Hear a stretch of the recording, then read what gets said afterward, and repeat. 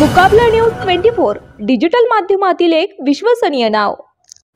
मुकाबला न्यूज 24 च्या बातम्या आणि जाहिराती पाहण्यासाठी सबस्क्राइब, लाईक आणि बेल आयकॉनवर क्लिक करा। पुसद तालुक्यातील रोहडा येथे स्थानिक गुन्हे शाखेच्या पथकाने 2 किलो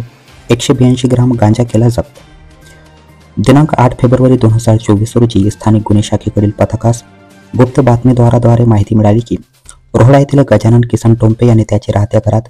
विक्रीकरिता गांजा साठवणूक केलेली आहे। अशा प्राप्त माहितीवरून पथकाने तात्काळ वरिष्ठांना याबाबत अवगत करून पोलीस निरीक्षक नंदकिशोर पंत, पोलीस स्टेशन वसंतनगर आणि शासकीय पंचायत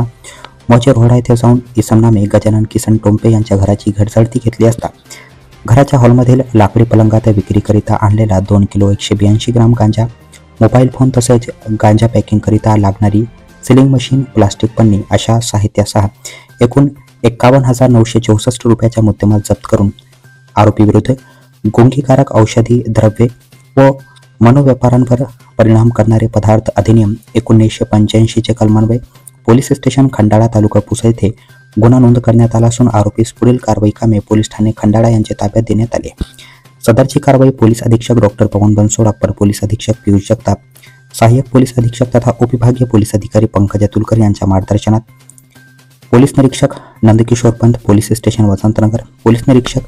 स्थानिक गुन्हे शाखा आधार सिंग सोनोने, सहाय्यक पोलीस निरीक्षक गजानन गजभारे, पोलीस उपनिरीक्षक अमोल राठोड, चालक पोलीस उपनिरीक्षक रेवंत जागृत, पोलीस अंमलदार तेजाबरन खाम, सुभाष जाधव, कुणाल मुंडोकर, मोहम्मद ताज सर्व स्थानिक गुन्हे शाखा यवतमाळ यांनी यशस्वीरित्या पार पाडली आहे। मुकाबला न्यूज 24 डिजिटल माध्यमातील एक विश्वसनीय नाव।